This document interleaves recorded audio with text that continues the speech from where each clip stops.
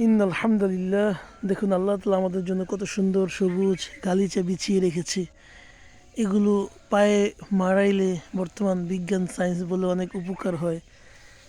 হাঁস মুরগি এই ঘাসগুলো খেলেও তাদের অনেক উপকার হয়। আমার বাড়িতে বাপ চাচারা সবসময় এগুলো খালি পায়ে মারায়।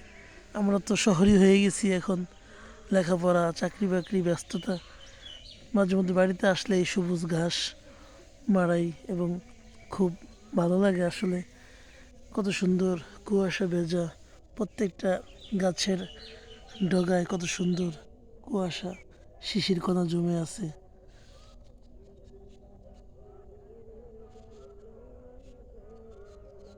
শহরের মানুষ এগুলো তো মারাবে দূরের কথা, যুগ যুগ ধরে একটা শিশির কণাও তারা দেখতে পারে না। কত চমৎকারভাবে পানি জমে আছে, এই যে